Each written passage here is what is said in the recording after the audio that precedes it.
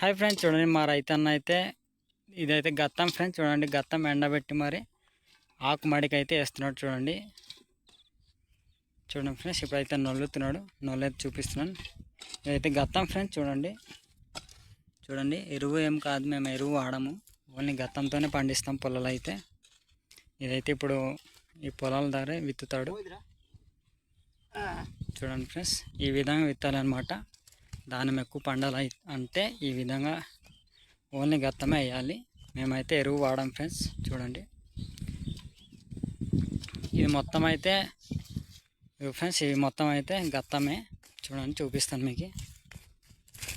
అది ఆకులా కనిపిస్తుంది కదా, అది ఆకు కింద గత్తం అయితే ఉంది. చూడండి, పచ్చి గత్తము. చూడండి, ఇదైతే గత్తం ఫ్రెండ్స్. ఇది పొలం మొత్తం అయితే గత్తంతో నిండిపోయినది.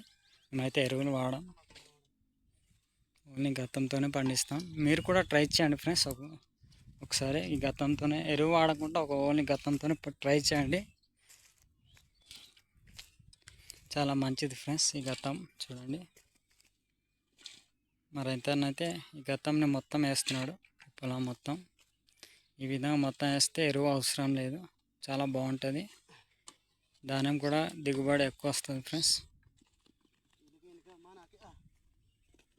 చూడండి, కాకడ విత్తి వెళ్తున్నాడు మరి రైతన్న.